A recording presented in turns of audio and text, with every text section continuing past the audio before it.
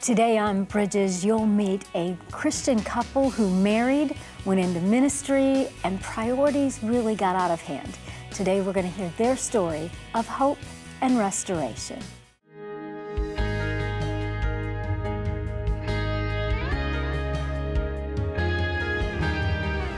Welcome to Bridges. I'm Monica Schmelter. I'm so glad that you could join us today. Today you're going to hear a story of hope and restoration of a couple that was married and got their priorities out of line with God's Word. And we're going to hear their story of hope and restoration today. And so glad that you could join us. Erin, I'm so glad that you're here. Thanks, it's great to be here. And David, nice to meet you and have you here today. Yeah, thank you so much. So let's start with you, a little bit about the story. So you guys were, you know, it sounded like you had all the things, like you were Christians, you wanted to get married, you're in ministry. Yeah. Tell me kind of how it happened. Well, you know, our backstory really was that we were on the right path, you know, Christian families, Christian school graduates, Christian college graduates, left Christian college, married, and went straight into ministry. And, you know, was on the road that God had for us. But, you know, sometimes you can, and people who are in ministry would understand that sometimes you can get so busy in the ministry that you forget the ministry. And one of the things that I did, just as a young father and husband and young in the ministry, you know, I just had my eyes building this set to build some sort of, you know, ministry kingdom, you know, with a youth group and a church, and at home was a wife and 2 kids, and I didn't really know how to approach that. No, because that's not something I think that we know. And it sounds like, you know, you want your kids, if you're Christians, right, to go to Christian schools, to marry a Christian, wow, to get called into ministry. It looks like, not that there are boxes to check, but if there were boxes to check, you had all of them checked. Yeah, that's right, that's right. And your heart, in a sense, was you wanted to do something for God, you wanted to build this ministry. And even people that aren't in ministry, I know that couples can relate. You know, you get this job, you want to provide for your family, you want to do right. It's all with good intentions. But sometimes the family priorities are out of line. Yeah. When you noticed that they were out of line, Erin, did you resent the ministry? What was it like for you? Oh, yeah. My dad was in the military. I grew up in the military, and then after he retired, he went into the ministry. And so I had that little bit of a background. And, you know, we had kids. We got married, had kids young, and then I totally just resented anything to do with God, because I felt like the ministry and God had taken my husband away. I had wanted him to be all these things for me, and I felt like he was doing all these other things for the ministry. And here I was at home with 2 little girls, and then I began to build up this bitterness and anger. He had no idea that I felt that way. You really didn't know? No, I had no idea. She was angry and feeling left out? I had no idea. No. And that's, you know, I have to tell you, when I hear men say that, I always think, how could that be? you know, and that is very, very true. We were, and this is what we tell people, even as we, you know, kind of help and coach them through different things, and is that we were terrible communicators about things that were important. Right. We were excellent communicators about the day-to-day things, you know, sitting around the table and just, you know, how was your day? But about the things that really mattered, we were terrible. And if we aren't very intentional about it today, that's still a weakness of ours. You know? And so, but we know now that that's a weakness, and so we can try and help make it a strength today. But but I really didn't know. So did you kind of think that like everything was fine, that you're like out in ministry, building this youth ministry, and you've got this beautiful wife and 2 girls? Did you just think Actually, that's exactly what I thought. That's exactly what I thought. I thought we were living the dream. And it was on her side a bad dream. Right. Yeah. And you wanted to wake up from the Right. bedroom. At first, it was great, but then once I had one child and then two, I couldn't go and do the things with him anymore. So I was at home more, and so then I would just be there idle time, and then again began to resent him and the ministry. 100%. So since you were thinking it was really good and you knew that it wasn't really good, like, how did you come to the point that you became aware? What happened? There was one morning where it was a Sunday morning. We were getting ready for church, and text messaging had just started. And because I was the youth pastor, I had it, but she didn't. That's the way things were working. I would just call. That's the way things were working. And at that time, it still cost, per text and all that. And all Anybody that can remember Yeah. when cell phones first came out, like everything was expensive. Right. Every Yeah. little minute that you spent on the phone, it was something to track and manage. Yeah. It was bad. So this particular morning, her phone started buzzing on the counter, and she was in the bathroom, and I went over to it, and I thought, she doesn't have text messaging. And I read some text messages that had come through, and immediately I knew something's wrong, something's up. And so we confronted it that morning, probably right there in the bedroom, and everything came out. Right. And I was glad because I was tired of hiding, feeling like I had a double life going on. So I thought, okay, well, I'm glad he knows now. And initially, I think that I wanted to work on things initially, but then I really just began to, again, the bitterness and the anger, and I thought, well, this is my chance. He knows everything that has happened. I want to leave now and start over and be with someone, honestly, that wasn't in the ministry. I didn't have a desire for that anymore because I felt like it took my marriage away. Yeah. So you just wanted to find another person Right. who wasn't in ministry. You want to be done with him. Yeah, I wanted to be out of the ministry with someone else because I just felt like everything had ended so bad with us that it had to be better somewhere else. I mean, it really had to. And when you say that, Erin, I appreciate that. That's so honest. So many people say that. Like, this marriage is just so bad. Yeah. I just need out. Just about anything else would be better. And so people quit. Right. Yeah. Right. Yeah. Yes.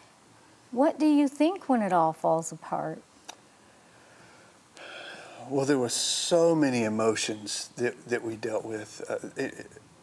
Even as the husband that I dealt with, here being in the ministry, trying to keep up that ministry face, Yeah. knowing that your family at home is, Yeah. is dead at best. Right. And so embarrassment was a big one. Shame, just really just this dark hole of depression. You are around all groups of people, and you can be in a crowd of so many and feel so lonely. Right. And feel just so lost in this crowd. And there were a lot of good people that were in our path that were encouraging, as it came out, within our community and in our church. And we had a Christian school there that I was administrator of at the time. And so as it began to come out, there were definitely people who had their frustrations that I was still in some type of leadership. Because they wanted you out? Because they wanted us out. And they wanted you out because you were having marriage problems? Correct. Yeah. Leading in a ministry. And I had left the home pretty quickly. I don't Right. know how soon, but soon after that initial time Yeah. happened. Yeah. And so away from work, we were a disaster. Yeah. I mean, we really were. Yeah. But there was another group that really stood with, just stood by us and encouraged. And but even then, you hear the words of encouragement, but on the inside, you're like, this is hopeless. Yeah. Like, And where do we go? Yeah. And I think, as you say that, whether someone is in ministry and they're watching or they're not in ministry, there becomes a time that you just don't know who to tell, and you Right. just don't know That's right. what to do. and there's no roadmap for that. And especially when we love the Lord, Right. I think that there's a lot of guilt and a lot of shame and a lot of, like, how did this happen? And that was exactly, that was exactly my thoughts was, how did we get here? Yeah. How did we get here? Right. And I not recognize that we were at this point, Yeah. and how do we fix it? Right, right. Yeah. And how she do you knew how we got there. Yeah, how do you fix it when there's so much anger and bitterness and like bad memories? And I feel for people, and I mean I've been there, Yeah. and then you even try to go to a marriage seminar and they give you all the things that you're supposed to do, and I would look at it and I think, okay, but we're not doing any of those things, and now we've built up so much anger between us. I don't know how we can get back to that. Right. No, that's exactly right. You get to a point where you look that it is impossible Yes. to be what Right. everyone else tells you that it should be. Exactly. Yeah. Exactly. And then it's hard to voice that. And there's this guilt and shame that, gosh, you're in ministry and you put on your Jesus face. And, I've tried to explain to people, but, that's all true. Like, Yeah. I do love Jesus. Yeah. And there is this struggle in the marriage, Yeah. and I've been through that. And I came to work every day and I listened to all the best stories of everybody and thinking, okay, but my house is a train wreck and I don't know, I don't know what we can do Yeah. or if we can do this. So how long were you apart? Almost 8 years, 7.5 years. That's a long time. Half of that time separated, the other half divorced. Did you guys talk during that time? Or? Yeah. Actually, we stayed relatively good friends for the sake of our children, Yes. and our paths crossed a lot at youth ball games and things of that nature. So we were very cordial. We would That's text good. back and forth, at different times. So she got text after you were the youth pastor. Yeah, when I went. So there weren't really times that we look back on, and I think now we look back on, and that was part of a saving grace for us. Yeah. Is that not intentionally, but we didn't destroy one another's character Right. and each other's name within our friend groups, and That's so Right. important. And that was something that he really did because of the things that I had done in our marriage. We talk to people now, and so many people within the community didn't even really know the whole story of what had happened. And I think that's because of him and how Yes. he did not go Yes. out and bash my name or. Yeah. Yeah. And that's so important. And I Yeah. hope that people that are struggling, that are watching, Right. realize, even if you have to get away from a situation, Yeah. there's been covenant, there's been Yeah. marriage. We don't have to make it worse than Right. what it That's so already true. is. It's Yeah. already bad. Yes. that's right. And especially if we've had children with someone, we just need to, They suffer enough through the process. oh my gosh, Yeah. they're the Yeah. real victims. Yeah. We've got to Yeah. take a break here. Okay. We want you to stay with us. When we come back, you're going to hear about the restoration and the hope in their marriage. Don't miss another episode of Bridges. Subscribe to our YouTube channel today, where you can find all of Monica's latest teachings and interviews. It's easy to do. Just visit youtube.com, search Monica Schmelter, and click subscribe. Once you are subscribed, click the bell icon to get notified when a new episode is available to view. Thanks for watching Bridges.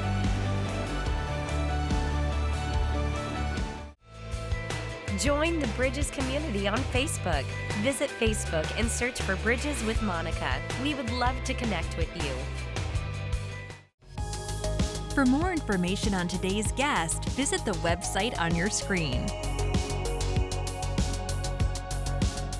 If you're just joining us, we are talking about the restoration of the Jeffrey family's marriage and how they've got their priorities in a right place and are able to serve and give back. So I hope that if you're struggling in your marriage, that you'll stay with us because you're going to hear how God can put things back together when we're willing to do that. So you all really, Erin, you had a lot of stuff piled up in your heart Yes. because of just the demands of ministry on your husband, and you felt left out. Right. So you walked away from the marriage. And how many years ago was it that you guys were apart? We were apart right at 8 years. And A we've long time. been together now 3. 3. 3.5. How did you know to try to put it back together? Because a lot of people by 8 years would have just given up. Yeah.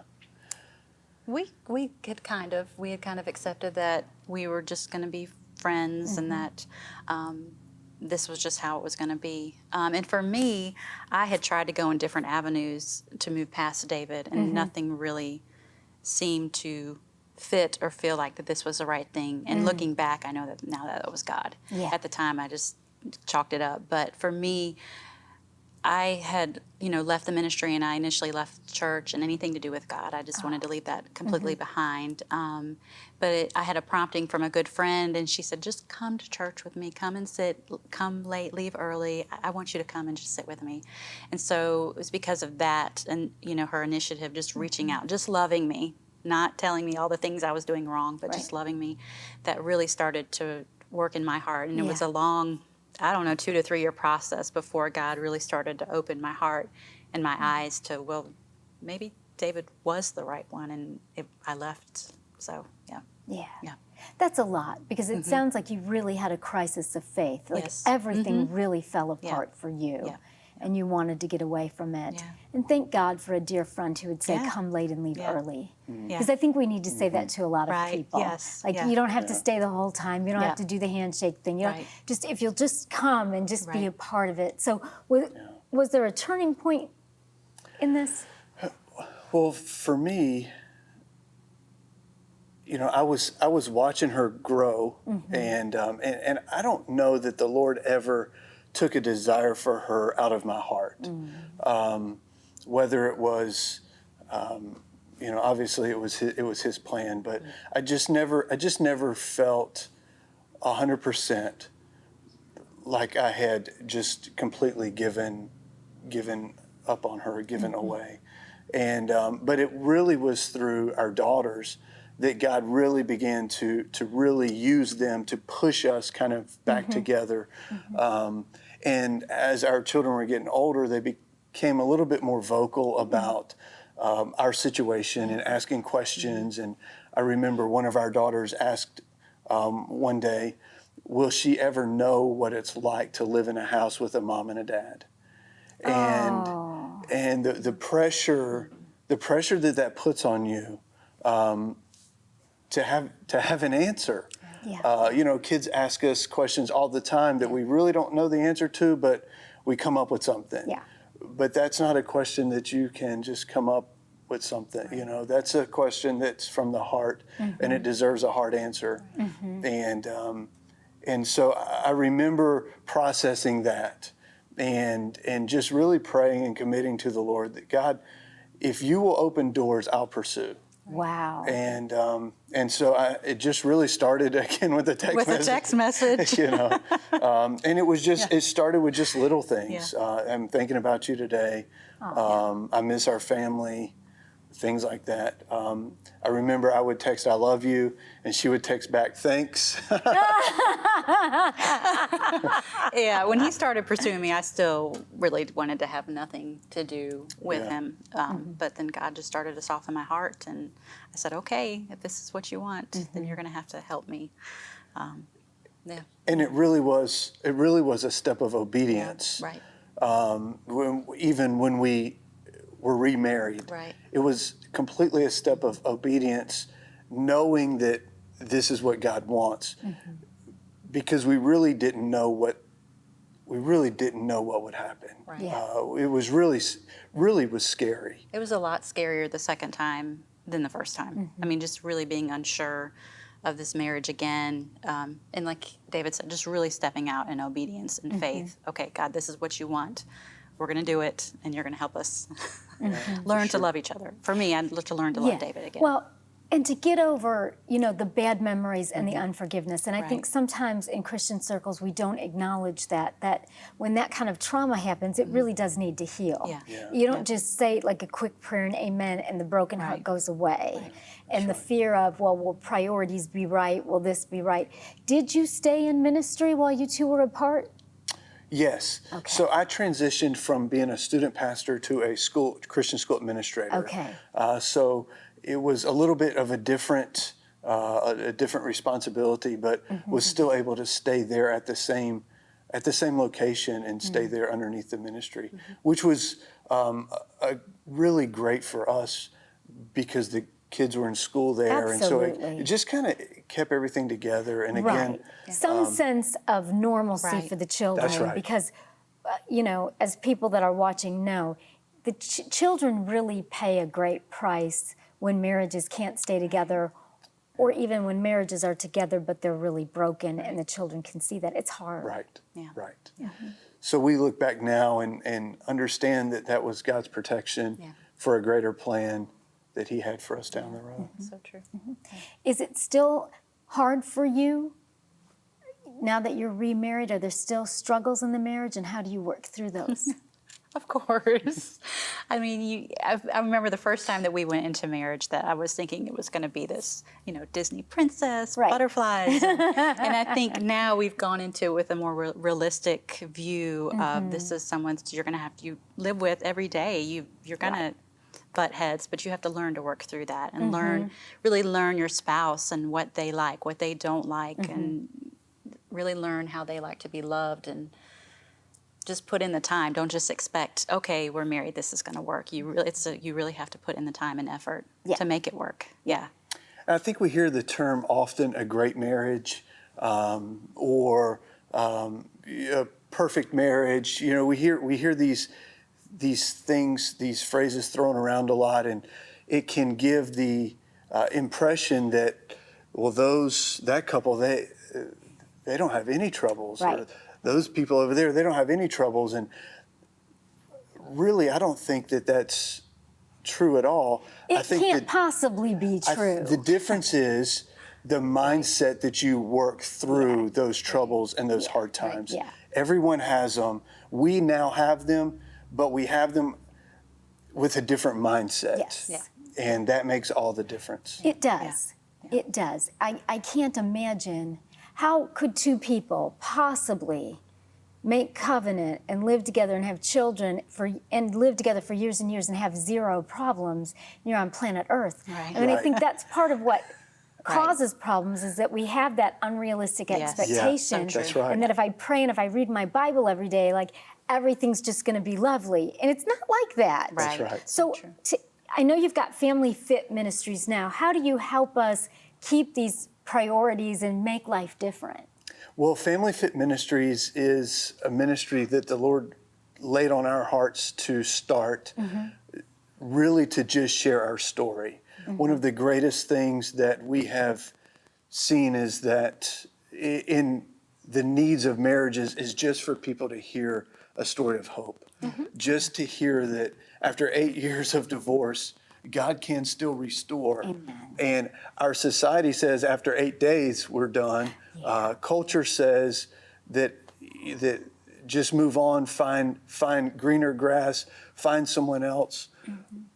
But God says push through. Amen. God says hold on. And so we see this story of hope. Yes. And it's not us. Right. We were a train wreck, and on any given day are still, but simply by the grace of God. Yes. And so this is his story, and it's a story of hope. Yes. And our ministry is set to give hope to those who are pursuing restoration, even to those who aren't pursuing it but need to. Yeah. Right. And it also is to encourage families that are split, that restoration may not be possible. Some relationships, unfortunately, get to a point where restoration for marriage may not be possible, but to let them know that you're not done. God's not finished with you. God has a purpose. He still has a great plan for your life and for relationships for you in the future, and to keep pressing on and to keep moving forward. And so Family Fit Ministries is a ministry that we have to encourage. We travel, we share our story. We preach to teenagers and to couples, and we coach marriages. Because the thing is, we get married and think that we have all these skills. Right? Yeah. Communication skills, we think. I used to think, well, if my husband really loved me, he'd know what I want. And okay, then I found out that that's like a myth. That's just something I thought in my head, that I need to be specific. So you all help people have these tools, because honestly, people don't, like, I didn't know that when I got married. That's right. I just thought we both loved Jesus and each other, and it would be happy kisses and roses forever. Right. And it was while you were dating. Yeah, oh, it was. Yeah, because we didn't have bills or dishes, That's right. right? We just went on dates. That's right. Yeah. That's right. Yeah. He opened all the doors and was so nice to Right. me, and I got all of his attention and roses and cards. And if Right. you're fortunate enough to go through pre-marriage counseling, it gets you through the honeymoon. Yeah. And after that, it's you're supposed to last for the next 60 or 70 years together. Right. And it's tough. It Yeah. is, and we need things to look forward to in marriages. And one thing I can say, as for being married for so long as I have been, like, it's such a blessing now that I think that my husband and I have walked through so many trials, good times, bad times, times I wouldn't want to tell anybody about, but all of my memories are with him. Right. Right. And I'm glad that I didn't walk away from that. Right. I'm glad that we pursued that even in the challenging times, because I've known him like all of my life. And we have a child together. And I'm just so thankful that we can be together. But it is a lot of work. It is. It is. That's one of the things that we often try and remind families of is you're invested. You're invested right here. And let's work where we're invested. Right. And when we begin to remember our investments, Yes. it gives us a little bit more push in the tank to work a little harder. Yes. Yeah. And to really be able to think from that problem area 5 years in advance, is this really what I would want? Right. Right. Like, wouldn't it be better to forgive or get counseling or whatever we Yeah. need to do, rather than end this and try to start over where all the same problems would be present That's right. again? Because it's fun while you're dating, and then marriage is real life. Yes. But Yes. we're out of time, but thank you so much for coming and sharing your story. Thanks. We Thank enjoyed you it. so We enjoyed much. it. Thanks for watching Bridges. Prayer changes things. If you need prayer, call 615-754-0039 or email prayer@ctntv.org. Don't give in. God's word says you're an overcomer. It takes training. It takes discipline. And so when you're fighting that good fight of the faith, you take your story, whatever it is, and you saturate it in faith, and you fight for it. Visit monicaschmelter.com to schedule Monica to speak at your next event. If you're looking for ways to grow your faith, we invite you to go to monicaschmelter.com, where you can watch Bridges interviews and Monica's teachings on demand. You'll also find free online extras that offer practical ways to live out your faith. Visit monicaschmelter.com, where you'll find hope, because truth changes everything.